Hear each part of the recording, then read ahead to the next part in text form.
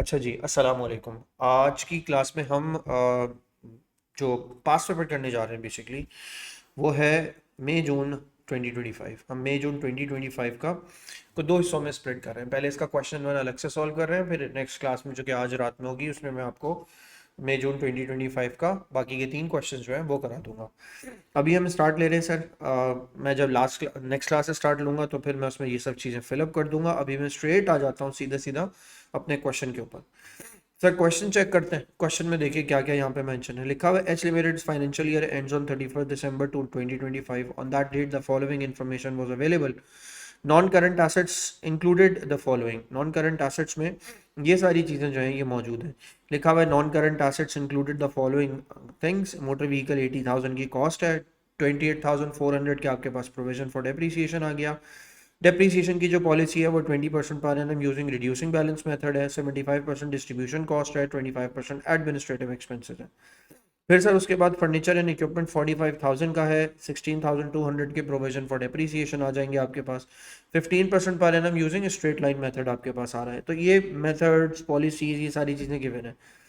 अच्छा, फिर से देख लीजिए। मोटर व्हीकल का 75 और 25 स्प्लिट करना है और 100% जो है ना वो फर्नीचर एंड इक्विपमेंट को आपको एडमिनिस्ट्रेशन एक्सपेंसेस के अंदर लेके जाना है। लिखा हुआ 1 जुलाई 2024 equipment which cost 8,000 when purchased on January 1st 2022 was sold for 3,900. Depreciation is provided on furniture and equipment on month by month basis in the year of disposal. इसका मतलब है सर आप month by month policy apply करते हैं। Calculate the depreciation charge for 2024 on the following non current assets. आपको motor vehicle के ऊपर जो है वो डेप्रीसिएशन चार्ज करके और फर्नीचर इक्विपमेंट के ऊपर डेप्रीसिएशन चार्ज करके बतानी है। फिर दोबारा से एक बार देख लेते हैं सर। इसके अंदर आपका ईयर स्टार्ट होता है सर जनवरी से, एंड होता है दिसंबर में। 1 जुलाई को इक्विपमेंट जो है 8,000 वाली वो आपने परचेज की है। On January 1st 2002 was sold for 3,900. The depreciation is provided on furniture and equipment on month by month basis. Sir ये कह रहा है आपसे आपने मोटर व्हीकल की अब डेप्रीसिएशन निकाल के बतानी है। तो मोटर व्हीकल में तो क्वेश्चन में लिखा आपने ना कुछ बेचा है और ना आपने इस साल कुछ खरीदा है। Simple reducing balance method apply हो रहा है और रिड्यूसिंग बैलेंस मेथड जो है वो 80,000 की कॉस्ट और 28,400 के ऑलरेडी प्रोविजन के साथ स्टार्ट हो रहा है।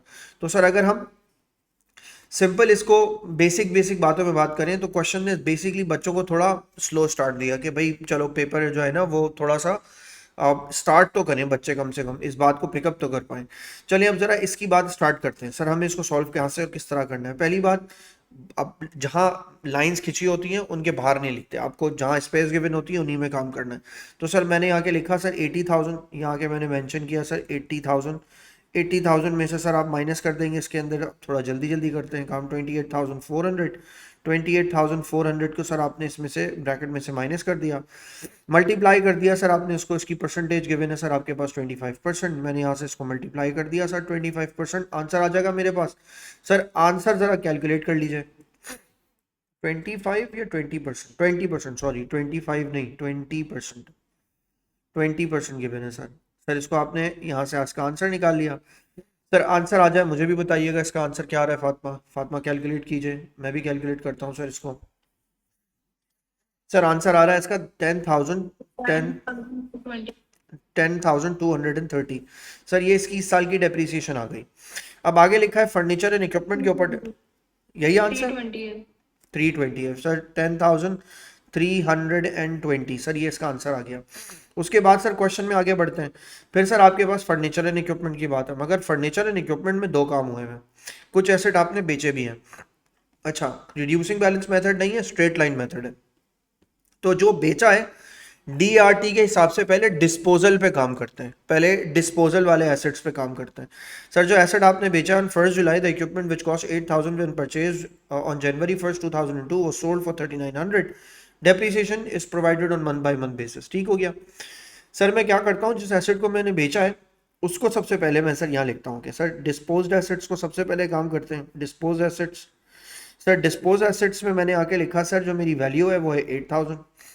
चूंकि ये स्ट्रेट लाइन मेथड है तो मैं सिर्फ ये देखूंगा कि मुझे इसके ऊपर 15% अप्लाई करना है। सर मैंने इसके ऊपर 15% अप्लाई किया, लेकिन मैंने इसके ऊपर 6/12 भी अप्लाई किया क्योंकि ये मेरे मंथ बाय मंथ में जाएगा। सर अच्छा कीजिए इसका आंसर क्या आ रहा है आपके पास। आई थिंक 600 आएगा आंसर। सर इसका आंसर आ गया आपके पास 600। कोई एडिशन तो आपने की नहीं, रिमेनिंग एसेट्स आ गए आपके पास। अब रिमेनिंग एसेट्स कैसे निकलते हैं? ब्रॉट डाउन माइनस डिस्पोजल से। ब्रॉट डाउन आपके पास कितने का है? ब्रॉट डाउन है आपके पास सर इसके अंदर 45,000 का। 45,000 में से 8,000 को आपने माइनस कर दिया, माइनस करके आपने मल्टीप्लाई कर दिया सर 15% के साथ। सर इवेंचुअली आपके पास का आंसर आ जाएगा। सर आंसर जरा चेक कर लीजिए और मुझे बता दीजिए। 5,550। 5,550। सर 5,550 सर, इन दोनों वैल्यूज को आपस में कर लीजिए प्लस, प्लस करके इसका आंसर निकाल लीजिए। सर इसका आंसर आपके पास आ रहा होगा 6,150 if I am not wrong. सही है? सही है जी फातिमा? सर। ठीक हो गया। सर यहाँ तक हमने काम कर लिया। अब ये कैलकुलेट करने को कह रहा है, calculate the profit and loss on the assets dispose of. कोई मुश्किल बात नहीं है। 8,000 का एसेट है, जनवरी 1 2022 में खरीदा है, 22, 23 और ये 24 में बिक गया। तो सर अगर मैं इसको सिंपल सिंपल, ये कह रहा है कैलकुलेट करके दिखा दो, तो मैं कैलकुलेट कर देता हूँ। मैंने कहा सर 8,000 मेरे एसेट की कॉस्ट है, जिस पे मेरा प्रोविजन पता है कितना चार्ज हुआ हुआ है? इस पे मेरा प्रोविजन चार्ज हुआ हुआ है 8,000। 8,000 को मैंने मल्टीप्लाई किया सर 15% से, क्योंकि ये स्ट्रेट लाइन मेथड है तो मल्टीप्लाई कर दिया मैंने 2 साल और 6 महीने, इसका मतलब है 2.5 ईयर्स से। सर इसको मैंने 2.5 ईयर से मल्टीप्लाई कर दिया। सर जरा इसका आंसर निकाल लीजिए। This answer will be what? Will be a net book value. जरा नेट बुक वैल्यू निकालिएगा।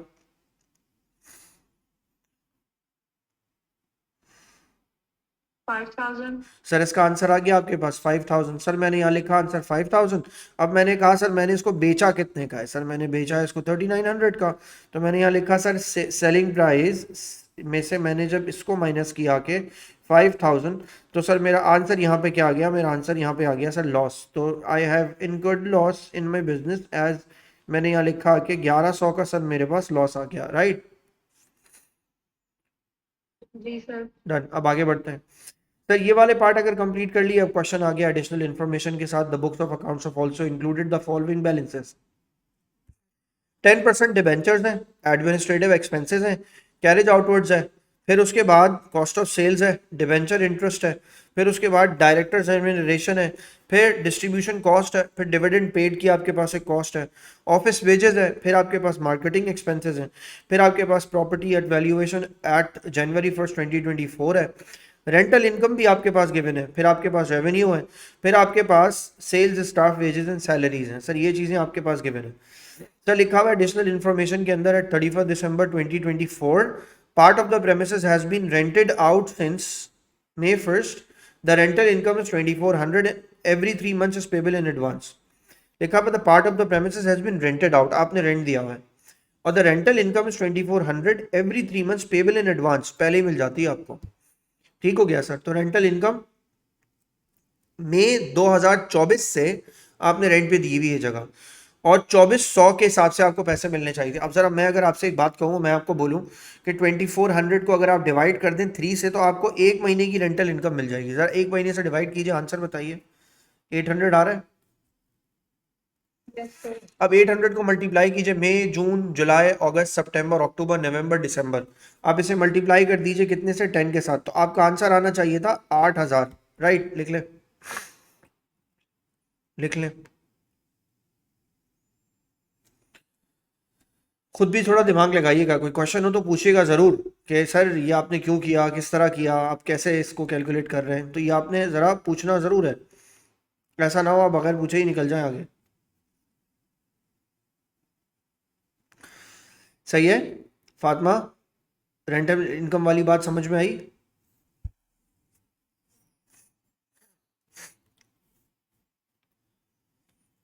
फातिमा कोई क्वेश्चन है तो पूछो। कोई क्वेश्चन नहीं है।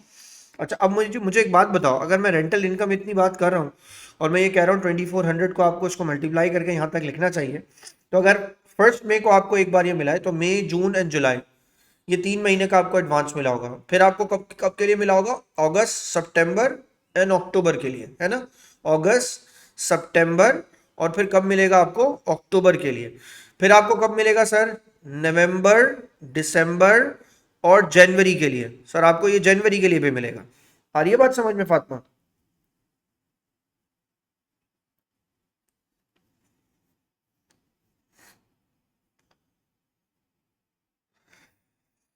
कुछ क्वेश्चन में कुछ कंफ्यूजन है, कोई बात क्लियर कर सकते हैं फातिमा? हम तो बात करें, हम दोनों ही हैं क्लास में। जवाब दें सर। क्या क्या करूं मैं इस एडजस्टमेंट के साथ? क्या चीज़ इसमें मुझे लगता है मैंने मिस कर दी? प्रीपेड होगा ना? क्यों होगा प्रीपेड? हमने एडवांस में पेमेंट की है तो वो प्रीपेड में जाएगा ना? हमने पे किया या हमें मिली है?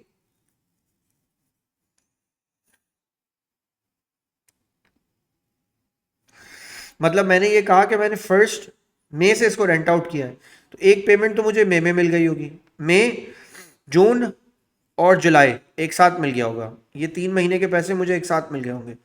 फिर जुलाई के बाद अगस्त, फिर सितंबर और फिर अक्टूबर के पैसे मुझे एक साथ मिल गए होंगे। राइट हो गया, ये भी सही हो गया। सर ये 6 महीने के पैसे मुझे एक साथ मिल गए। अब जरा 6 महीने के पैसों को कैलकुलेट करके देखते हैं। मैंने कहा एक महीने के लिए रेंट 600 है, तो 6 महीनों के लिए जरा मल्टीप्लाई करो, आंसर आएगा इसका कितना? 4800। सही कहा मैंने? अब अक्टूबर के बाद आपका कौन सा मंथ आएगा? नवंबर, और उसके बाद क्या आएगा आपके पास? दिसंबर। ये मंथ्स आएंगे आपके पास। अब जरा ध्यान से फिर से देखिए, नवंबर के आपको मिलने चाहिए 800, दिसंबर के आपको मिलने चाहिए 800। तो लेकिन चूंकि आपने नवंबर फर्स्ट को 2400 रिसीव कर लिए, तो इसका मतलब है नवंबर, दिसंबर, जनवरी, एक महीना आपने एडवांस में रिसीव किया हुआ है। सही कह रहा हूं मैं? जी। तो अगर एक महीना आपने एडवांस में रिसीव किया हुआ है, तो आप सिंपल इसमें से आपका ये 7200 में से 800 निकल जाएगा, क्योंकि वो 800 आपकी एडवांस इनकम है। बात क्लियर? वो जनवरी की है। जी। आगे बढ़ते हैं। Directors remuneration is an administrative expenses, तो डायरेक्टर रेम्यूनरेशन सर आपके पास यहाँ कहीं गिवन है, इसको आपको एडमिन एक्सपेंसेस में ऐड करना है। ठीक हो गया सर, इसे हम एडमिन में ले जाएंगे। इसको देखते हैं फिर हम। फिर सर आगे देखें क्वेश्चन में, marketing expenses included the cost of advertisement 8800 which runs from 1 September to 30 April. 30 अप्रैल 2026 तक जा रही है बात, और आपने 2026 मतलब 25 भी नहीं, 26 तक जा रही है बात। तो कैंपेन को आपने क्या किया? 8800 से मल्टीप्लाई किया। आपने इसमें मंथ काउंट करने, सितंबर अक्टूबर नवंबर, सितंबर अक्टूबर नवंबर दिसंबर, 4 मंथ्स तो 2024 के हो गए। फिर 12 मंथ्स हो गए सर 2025 के। फिर जनवरी, फेब, मार्च, अप्रैल, 4 महीने हो गए सर और आगे मौजूद। तो सर टोटल मंथ्स काउंट कर लें, 4 + 12 = 20। सर इसको आपने किससे, इसको आपने 20 से 8800 को 20 से डिवाइड कर देना है, और आपका जो ये साल है 2024 वाला, इसमें सिर्फ 4 महीनों से मल्टीप्लाई कर देना है सर, आपके पास आंसर आ जाएगा। सर आंसर निकाल लीजिए।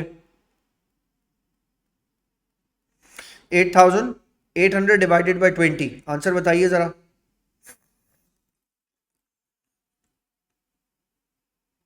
सर मेरे क्लास लीव हो गई थी, क्या आप रिपीट कर सकते हैं मैं क्या? दोबारा बोल रहा हूँ, मैं कह रहा हूँ 8800 को आप डिवाइड कर देंगे, और डिवाइड कर देंगे 20 मंथ से। आप चाहो तो इसको 4 से मल्टीप्लाई करके इसका आंसर निकालो, वो अमाउंट जो कि एक्सपायर हो गया है, या आप चाहो तो 16 से मल्टीप्लाई करके प्रीपेड निकाल लो, क्योंकि इतना प्रीपेड है। सही है फातिमा? जी सर। आंसर निकाल लीजिए इसका।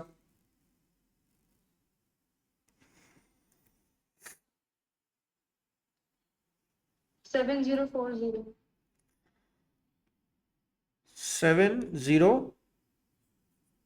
7040। सर इसका आंसर आ गया आपके पास 7040। तो 7040 को हम सर इसमें से क्या कर देंगे? माइनस कर देंगे। अब आगे बढ़ते हैं। ऑफिस वेजेस, फिर मैं यहाँ पे जाकर टिक कर दूं कि यहाँ पे मार्केटिंग एक्सपेंसेस पे टिक है, सेलिंग एंड डिस्ट्रीब्यूशन है ये। ऑफिस एक्सपेंसेस वहीं कर रहे हैं आप, तो ऑफिस एक्सपेंसेस पे आके, ऑफिस वेजेस पे आके मैंने यहाँ के मेंशन किया।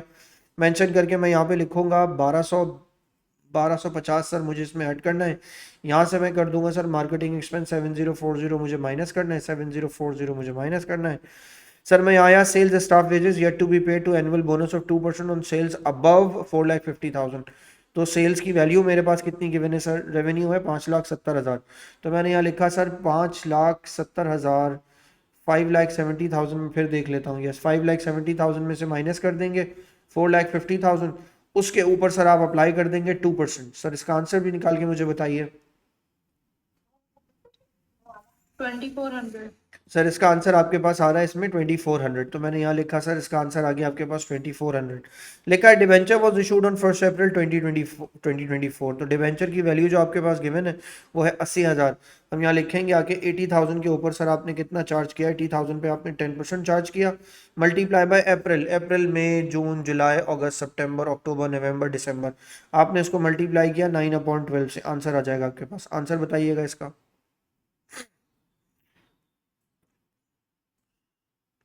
80,000 इंटू 10%। हाँ बिल्कुल सही, बोले बोले। 6,000 आ रहा है। सर इसका आंसर आ रहा है आपके पास सर 6,000। फिर sir taxation for the year is estimated to be 4,200, taxation जो है वो 4,200 का आपने जो है वो इसके अंदर लिखा। अब एस्टिमेटेड वैल्यू है सर ये। अब आ जाते हैं सर इसके अंदर, यहाँ कह रहा है ये स्टेटमेंट ऑफ, आपको स्टेटमेंट बना के दिखानी है इसकी, statement of profit and loss. Sir 2 columns की हेडिंग डाल दीजिए, मैं यहाँ इसके 2 कॉलम्स में इसमें यहाँ पे स्प्लिट करता हूँ। नीचे वर्किंग के बॉक्सेस देख लेता हूँ, मुझे वर्किंग के बॉक्स ये क्या क्या दे रहा है। डिस्ट्रीब्यूशन एक्सपेंस दे रहा है, एडमिनिस्ट्रेटिव एक्सपेंस दे रहा है और रेंटल इनकम दे रहा है। सर मुझे इनके अंदर काम करना होगा, ठीक है। मैं बाकी की वर्किंग यहीं ऊपर कर दूंगा। सर अब यहाँ से स्टार्ट लेते हैं। सबसे पहले आएंगे यहाँ के मेंशन करेंगे सर इसके अंदर रेवेन्यू। अब रेवेन्यू की वैल्यू जो है वो आपके पास क्वेश्चन में जो है वो आएगी 5,70,000। यहाँ लिखा मैंने आके 5,70,000 की, 5,70,000 की सर मेरे पास वैल्यू आ गई। फिर सर उसके बाद मैंने यहाँ से क्या किया, उसके बाद सर मैंने यहाँ के किया लेस, लेस करके मैंने इसके अंदर लिखा यहाँ के कॉस्ट ऑफ सेल्स। अब कॉस्ट ऑफ सेल्स की वैल्यू मैं यहाँ पे पिकअप करूंगा, वो जो वैल्यू क्वेश्चन में गिवन है 288, आई थिंक 288,400 है, मैं देख लेता हूँ, लेकिन मैंने देखी थी अभी यही थी कॉस्ट ऑफ, यही है 288,400। सर 288,400 को सर मैंने इसमें से कर दिया माइनस। फातिमा बेटा जरा जल्दी से जीपी निकाल के दिखा दो।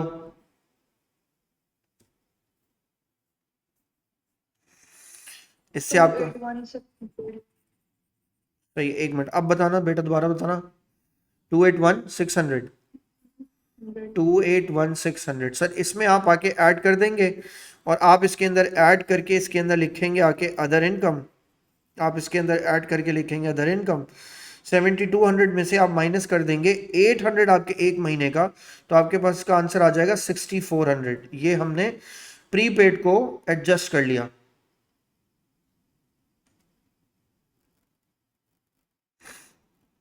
सही है। उसके बाद सर आप इस, 1000 आएगा ना इसमें। दोबारा बोलिएगा। सर ग्रॉस प्रॉफिट के बाद जब हम ऐड अदर इनकम्स करते हैं तो उसका भी, उसकी भी नई वैल्यू निकालेंगे। नहीं, निकालने की जरूरत नहीं है। सही है, ठीक है। जी। उसके बाद आपके पास आ जाएगा, उसके बाद आप इसके अंदर आके हेडिंग डालेंगे एक्सपेंसेस। मैंने आके हेडिंग डाली इसके अंदर एक्सपेंसेस। एक्सपेंसेस में मैंने आके सबसे पहले यहाँ पे आके मेंशन किया इसके अंदर एडमिन एक्सपेंसेस। एडमिन एक्सपेंसेस के बाद मैंने यहाँ लिखा इसके अंदर distribution expenses. Admin and distribution expenses मैंने इसके अंदर मेंशन किया। अब सर एडमिन एक्सपेंसेस आपके पास क्वेश्चन में क्या गिवन है, आप यहाँ से इसको जरा स्टार्ट लेंगे और यहाँ से इसके अंदर बात करेंगे। सर एडमिन एक्सपेंसेस आपके पास क्या गिवन है, एनीवन? एडमिन एक्सपेंसेस आपके पास क्वेश्चन में क्या गिवन है? यहाँ आएंगे आप सर इसके अंदर क्वेश्चन में, सबसे पहले तो आपके अपने एडमिनिस्ट्रेटिव एक्सपेंसेस देखिए। सर एडमिनिस्ट्रेटिव एक्सपेंसेस 11,560 के हैं। मैंने यहाँ के सर इसके अंदर एडमिनिस्ट्रेटिव एक्सपेंसेस लिखे 11,560। अब सर 11,560 मेरे एडमिन एक्सपेंसेस ऑलरेडी हैं। अब मैं इनको यहाँ से स्टार्ट लेता हूँ। अब मैंने कहा कि सर एडमिन एक्सपेंसेस के अंदर सबसे पहले तो अगर आपको याद हो कि क्वेश्चन के अंदर आप यहाँ लिख रहे हैं डायरेक्टर्स रेम्यूनरेशन 56,000, आप इसके अंदर ऐड करेंगे। आपने इसके अंदर आके 5,600 को आपने इसके अंदर आके ऐड कर लिया। 5,600 के बाद सर मैं क्वेश्चन में यहाँ गया, सर मैं 5,600 के बाद क्वेश्चन में यहाँ गया ऊपर, तो सर डेप्रीसिएशन की बात आपको याद आ जाएगी। सर डेप्रीसिएशन में ना आपने इसके अंदर, डेप्रीसिएशन में आपने इसके अंदर वैल्यूज लिखनी है। तो सर मोटर व्हीकल की जो प्योर वैल्यू है वो तो उसका 75% डिस्ट्रीब्यूशन, 25% यहाँ जाएगा, तो 10,320 मैंने यहाँ लिखा आके सर इसके अंदर एडमिन में, प्लस किया मैंने इसके अंदर 10,320, इसको मैंने मल्टीप्लाई कर दिया 25% के साथ, तो इसका आंसर यहाँ आ जाएगा। फिर सर मैं यहाँ गया क्वेश्चन में, मेरे पास सर इसके अंदर एक और भी एक्सपेंस था, वो एक्सपेंस आ रहा है सर मेरे पास फर्नीचर एंड इक्विपमेंट का 61,650। तो यहाँ से मैंने एक और वैल्यू इसके अंदर से पिकअप किया और मैंने यहाँ लिखा आके, यहाँ वैल्यू आएगी इसकी 61,650। अच्छा, अब एक चीज और भी याद रखें कि सर आपको एक लॉस भी हुआ है, लॉस हुआ है, बोले बोले। ऑफिस इक्विपमेंट की डेप्रिसिएशन 6150 नहीं थी? 6150 ही तो है, मैंने क्या लिखी है? आपने 6150 नहीं नहीं नहीं, 6150 सर, इसकी वैल्यू है 6150, यही लिखेंगे। लॉस कितने का है फातिमा? लॉस क्या है? 1100 का। 1100 का लॉस था सर, 1100 का लॉस यहाँ के इसके अंदर मेंशन कर देंगे, ठीक है जी। लिखते जाइए, अभी मैं आपके साथ साथ लिख रहा हूँ ये। लॉस ऑन डिस्पोजल आ गया आपके पास। फिर ऑफिस की वेजेस पे कुछ एडजस्टमेंट है आपके पास यहाँ ऑफिस वेजेस अलग से गिवन है। ऑफिस वेजेस आपके पास है 37,150 की, तो आप यहाँ आके लिखेंगे इसके अंदर 37,150। इसमें भी आप प्लस कर देंगे, और प्लस कर देंगे आप ऑफिस वेजेस जो भी आपके पास अक्रूड था वो था 1250। आप इसके अंदर आके इसमें 1250 को ऐड कर देंगे, फिर प्लस करेंगे इसके अंदर, फिर प्लस करके सर आप आगे बढ़ेंगे। और कोई एक्सपेंस देख लीजिए, यहाँ बताइए कोई और एक्सपेंस जो यहाँ से आपको पिकअप करना हो। बस जी। आंसर निकाल लीजिए इसका। 65,390। 65,000, ये वैल्यू 56,000 है, करेक्ट करो।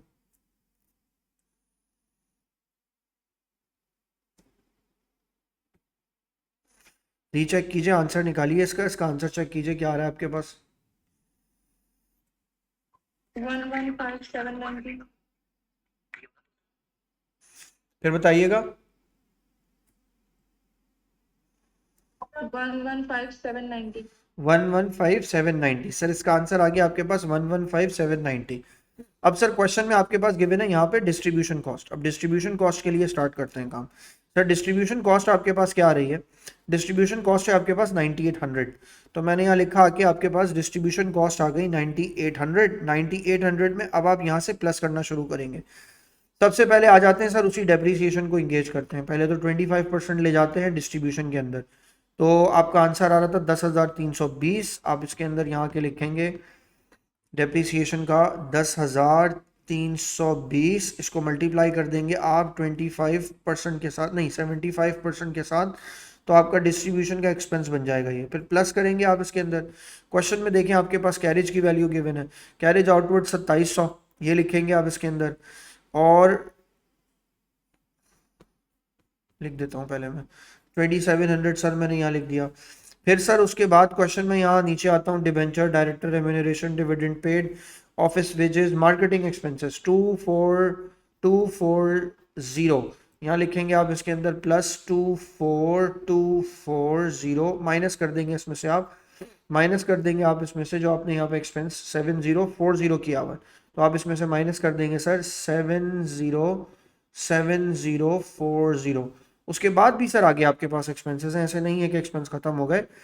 फिर मार्केटिंग एक्सपेंस गुजर गया, यहाँ तक आपका काम। Sale staff wages and salaries वो आपके पास आ रही है सर 62,300। आप यहाँ लिखेंगे आगे प्लस करके 62,300। फिर आप इसमें मजीद आपका कमीशन है जो आपको देना होता है, वो आपने नीचे लिखा हुआ है। ये भी हो गया, ये भी हो गया, एक्सपेंस की एडजस्टमेंट भी हो गई, ऑफिस भी हो गई। सेल्स स्टाफ वेजेस के 2% पे आपने देना है, तो 2400 का आपके पास इसका कमीशन भी आ रहा है।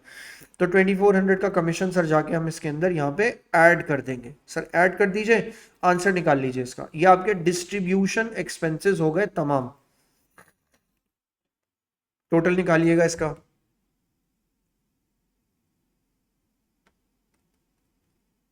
एक मिनट।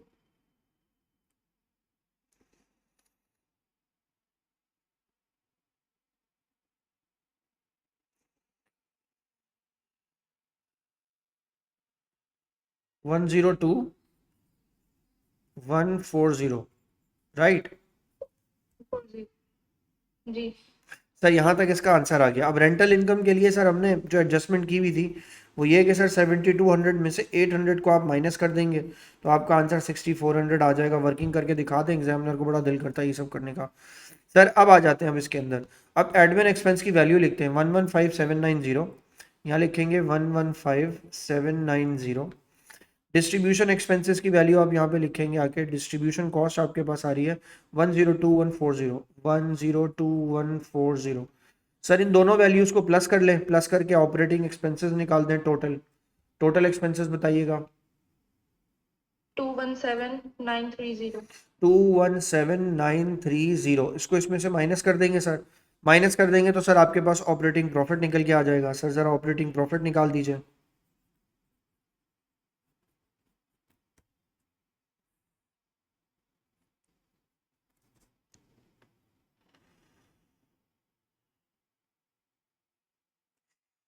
ऑपरेटिंग प्रॉफिट इसका चेक कीजिएगा। 70 070 707 770 770। सर उसके बाद आप इसके अंदर से लेस कर देंगे। 700। तुम्हारी आवाज़ कट रही है फातिमा बहुत, फिर से बोलो बेटा। 700 70070 सही है। अब आपने 0 एक्स्ट्रा लगा दिया है। हाँ नहीं, सही है सही है। सही है। फाइनेंस कॉस्ट पे आ जाएंगे सर। फाइनेंस कॉस्ट आपके पास क्वेश्चन में क्या गिवन है? सर फाइनेंस कॉस्ट आपके पास क्वेश्चन में जो गिवन है, यहाँ जाते हैं सर, आपके पास कोई ऐसा डिबेंचर इंटरेस्ट गिवन है सर 4000 का, मगर 4000 का इंटरेस्ट तो नहीं है आपका।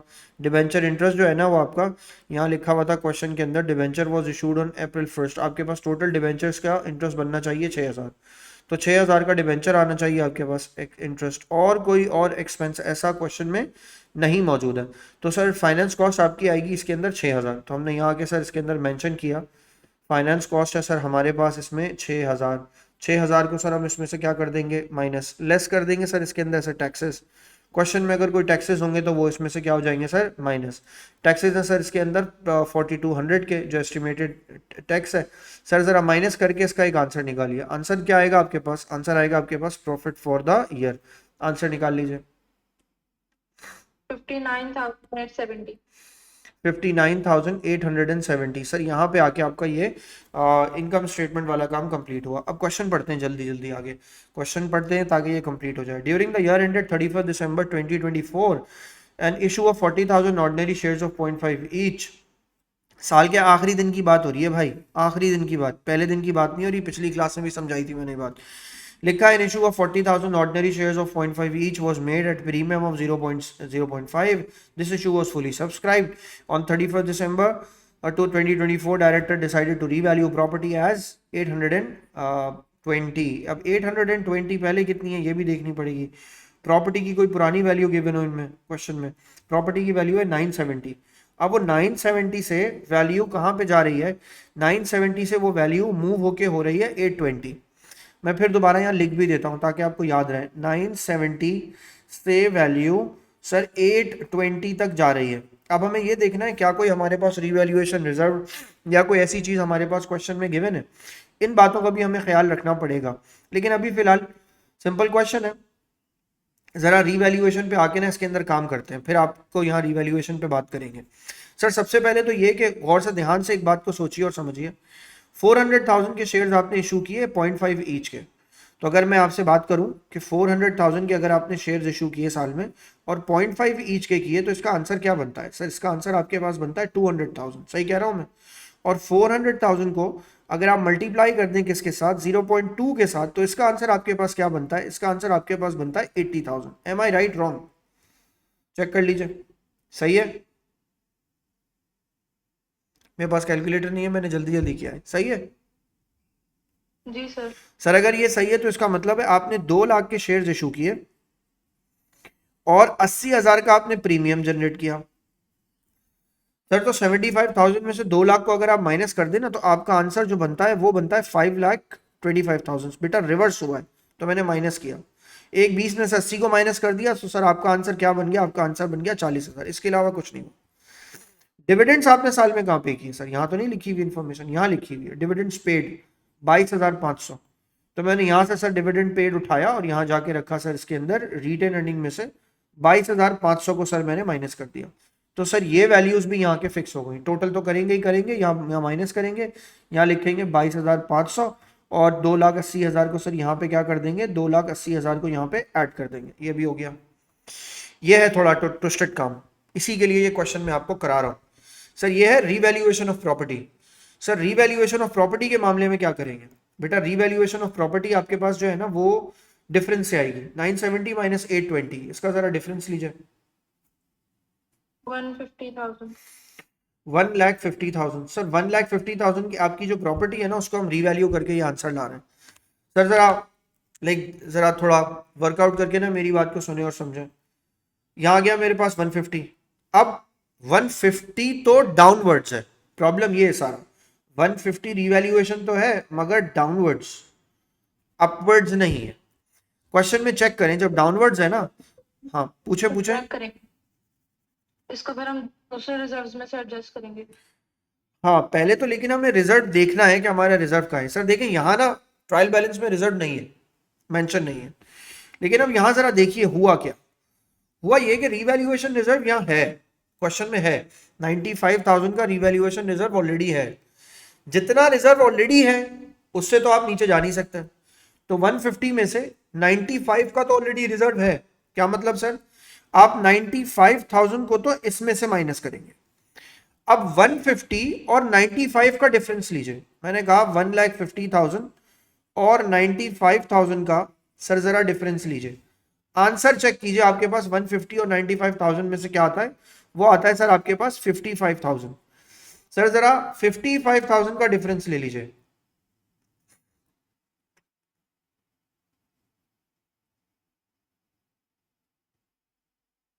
क्या मतलब? भाई रिजर्व तो अब मेरा खत्म हो गया ना, अब मेरे पास रिजर्व तो मौजूद नहीं है। तो मेरे पास मुझे वैल्यू फॉल करानी है 1,50,000, जिसमें से रिजर्व 95,000 का है। तो अब चेक करो 55,000 बच गए 55,000। अब ये वैल्यू जो कि रिजर्व के बाद की है वो मैं अपनी रिटेन अर्निंग से माइनस करूंगा। बात समझ में आई? This is a kind of a loss. A2 में आएंगे तो पढ़ेंगे इम्पेयरमेंट लॉस। बात क्लियर है? जी तो सर जी। टोटल आपकी वैल्यू कितनी फॉल कर गई, टोटल आपकी वैल्यू 1,50,000 से फॉल कर गई। यानी जितना रिजर्व मौजूद होता है पहले हम वो माइनस करते हैं, फिर बाकी का अमाउंट हम रिटेन अर्निंग से माइनस कर देते हैं। सर हमने यहाँ से अमाउंट इसका माइनस कर दिया। अब कह रहा है प्रॉफिट फॉर द ईयर ले आओ। बेटा profit for the year question में मेरे पास 59,870 है। यहाँ लिखा मैंने आगे sir profit for the year मेरे पास 5, क्या वैल्यू है इसकी प्रॉफिट की, कोई बताएगा? 59,870, 59,870। सर यहाँ पे आ जाएंगे तो यहाँ के आप इसके अंदर डैश डाल देंगे, यहाँ वैल्यू लिखेंगे 59,870। अब बेटा इसको प्लस कर लो जरा कैलकुलेटर पे जल्दी से।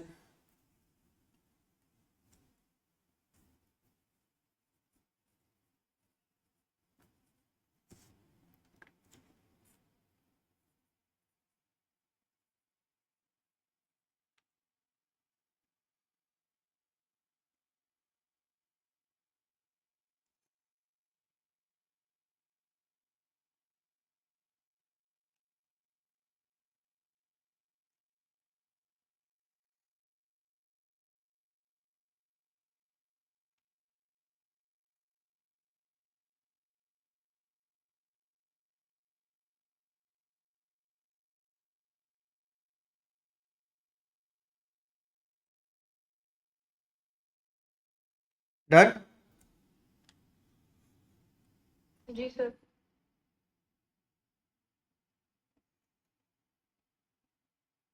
2,12370 आ रहा है टोटल का। 21 2,370।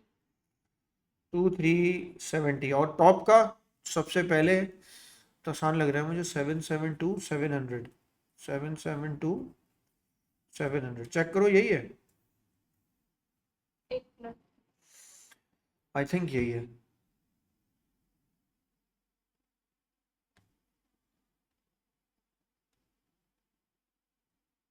जी सर।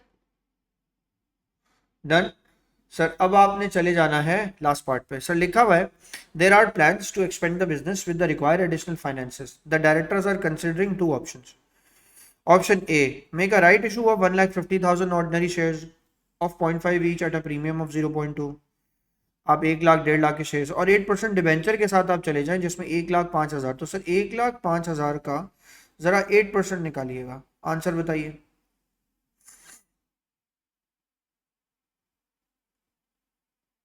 8400। 8,400 आंसर आ रहा है सर इसका। इतना इंटरेस्ट आपको साल में पे करना पड़ेगा। और मैं ये कह रहा हूँ 1,50,000 के ऊपर 0.7 लगाइए, देखिए कितने पैसे आ गए आपके पास। हाँ,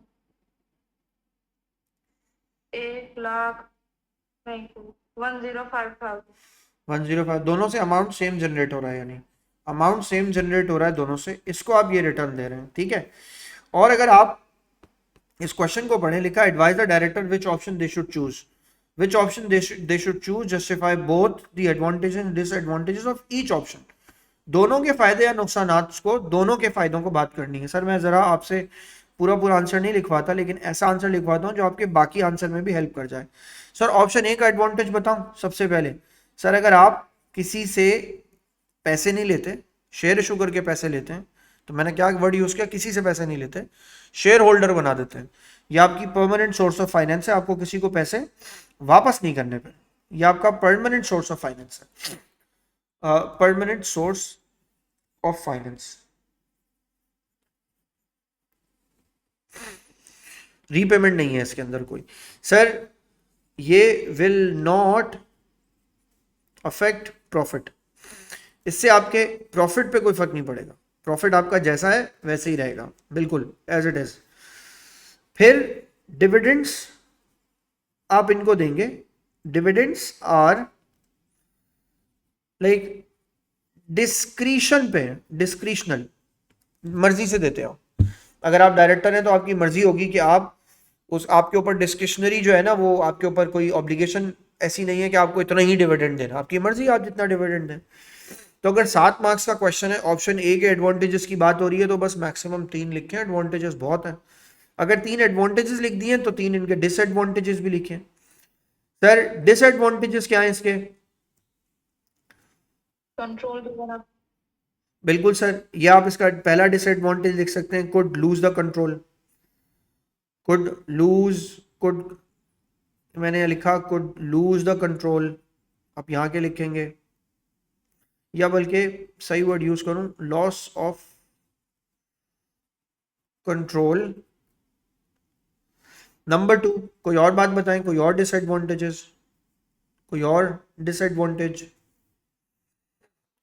मैं बताऊं। सर इतने से शेयर इशू करने के लिए, इतने से पैसे, 1,05,000 डॉलर जमा करने के लिए एक्सपेंसिव भी है, ये एक्सपेंसिव टू ऑर्गेनाइज।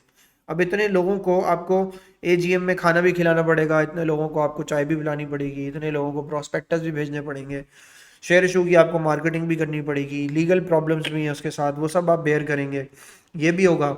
और फिर सर रिसेंटली भी आपने शेयर इशू किया है, अभी इसी क्वेश्चन के बीच में 31 दिसंबर को आपने शेयर इशू किया है, तो अगर आपने 31 दिसंबर को शेयर इशू किया है और आप दोबारा से शेयर इशू करने जा रहे हैं, तो सर आप दोबारा बोल सकते हैं, यू कैन मेक व्हाट, आप, आपको शेयर होल्डर बोलेगा you can like right issue, आप राइट इशू की तरफ भी जा सकते थे।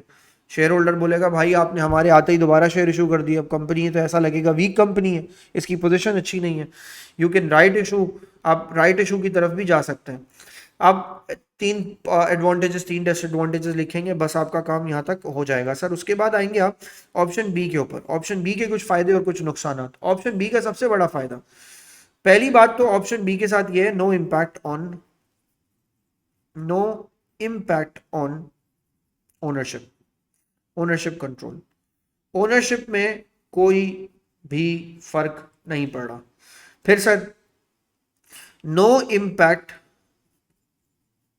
No impact on profit distribution, profit की डिस्ट्रीब्यूशन पे भी कोई फर्क नहीं पड़ रहा। ऊपर प्रॉफिट की डिस्ट्रीब्यूशन पे फर्क पड़ रहा है, अब ज्यादा लोगों को डिविडेंड देने, यहाँ प्रॉफिट की डिस्ट्रीब्यूशन पे कोई फर्क नहीं पड़ रहा, जितने लोग पहले ओनर्स थे अब उतने थे। हाँ थोड़ा प्रॉफिट रिड्यूस हो जाएगा इंटरेस्ट की वजह से, आ रही है बात समझ में? सर ये टेम्परेरी सोर्स ऑफ फाइनेंस है, टेम्परेरी सोर्स ऑफ फाइनेंस है। अब अगर इसके डिसएडवांटेजेस की बात करें तो इसका पहला डिसएडवांटेज ये हो सकता है, इंटरेस्ट एक्सपेंस में इंक्रीज। तो ये आपका ओवरऑल प्रॉफिट रिड्यूस करेगा। इस पे आप कह सकते हैं कि ये आपका ओवरऑल प्रॉफिट रिड्यूस कर सकता है। आ रही है बात समझ में? सर, बोलिए। टेम्पररी सोर्स ऑफ फाइनेंस इसका डिसएडवांटेज नहीं होगा? नहीं नहीं, temporary, it's a temporary source of finance. आप इससे कनेक्ट करेंगे ना ओनरशिप के साथ, क्या आप पैसे वापस कर देंगे, ओनरशिप आपके पास रह जाएगी। आप इसे डिसएडवांटेज ही कह लो, हाँ चलो आप इसको डिसएडवांटेज कह लो, मैं इसको रेड से अंडरलाइन करता हूँ। सर आप इसे डिसएडवांटेज में ले जाओ, ठीक है।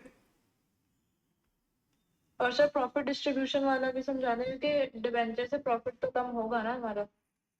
हाँ हाँ, मैंने लिखा तो, इंटरेस्ट एक्सपेंस में increase the overall profit. Interest expense में इंक्रीज, ओवरऑल प्रॉफिट इसका रिड्यूस हो जाएगा। सही है। और प्रॉफिट डिस्ट्रीब्यूशन वाला क्या? अच्छा, वो उससे कनेक्ट करना है। प्रॉफिट प्रॉफिट डिस्ट्रीब्यूशन तो सिंपल डिस्ट्रीब्यूशन। रहेगी ना। प्रॉफिट डिस्ट्रीब्यूशन में तो ये होगा कि आप पहले 10 लोगों को प्रॉफिट देते थे, डिवाइड जो भी प्रॉफिट होता था 10 में डिवाइड करते थे, अब भी आप 10 में डिवाइड करेंगे। प्रॉफिट डिस्ट्रीब्यूशन तो लोगों के दरमियान सेम रहेगी, लेकिन अगर आप शेयर इशू कर देंगे तो आपको मजीद लोगों को भी वो प्रॉफिट डिस्ट्रीब्यूट करना पड़ेगा। जितने ज्यादा लोग होंगे प्रॉफिट उतना ज्यादा डिस्ट्रीब्यूट होगा। आ गई बात समझ में? सही है फातिमा, बात क्लियर है? जी सर। सही है। उसके बाद कोई और बात, सर क्या डिबेंचर इंटरेस्ट आपको हर साल लाजमी देना है? यस सर, डिबेंचर जब तक पे नहीं होता, डिबेंचर इंटरेस्ट डिस्क्रिशनरी नहीं होता। Debenture interest to be paid, like debenture interest to be paid every year. हर साल आप डिबेंचर इंटरेस्ट पे करेंगे। मगर यहां आके मैंने एक हावेवर का पॉइंट लिखा। आप किसके साथ जाना चाहते हैं? आप एडवाइस करें, आपको कौन सा, आपको ज्यादा बेहतर कौन सा लगता है? शेयर नहीं, डिबेंचर। वेरी गुड, मुझे भी डिबेंचर ज्यादा बेहतर लग रहा है। उसकी वजह ये, रिसेंटली इन्होंने शेयर इशू किया है और इनका प्रॉफिट भी अच्छा खासा है। इनका प्रॉफिट जो अभी ये प्रॉफिट कमा रहा है ना, वो प्रॉफिट है इनका तकरीबन तकरीबन, इनका प्रॉफिट कहाँ लिखा था हमने, ये रहा 59,000 का प्रॉफिट है फातिमा।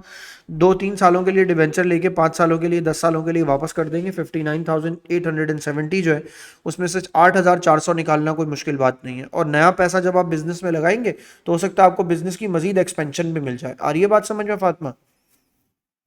जी सर। बस आप इसको यहाँ तक काम कर लीजिए। नेक्स्ट क्लास में सर हम इसके बाद इसका क्वेश्चन नंबर 3 से आज रात में, तो क्वेश्चन नंबर 2 से हम जो है रात को 8 बजे, 7:30-8 बजे के करीब स्टार्ट लेंगे। 8 से 9 हम इसको कवर कर लेंगे, आज नहीं तो कल कर लेंगे। इसको कवर करके फिर हम आगे बढ़ेंगे, ठीक है फातिमा? चलो बेटा, ये मैं रिकॉर्डिंग अब इसकी अपलोड कर दूंगा ताकि आपको ये क्वेश्चन मिल जाए। इसमें ज़्यादा इंपॉर्टेंट बात वो डाउनवर्ड रिवैल्यूएशन वाली थी, मैं सबसे शेयर कर लेता हूँ। थैंक यू, अल्लाह हाफिज़। सर, जी बोले।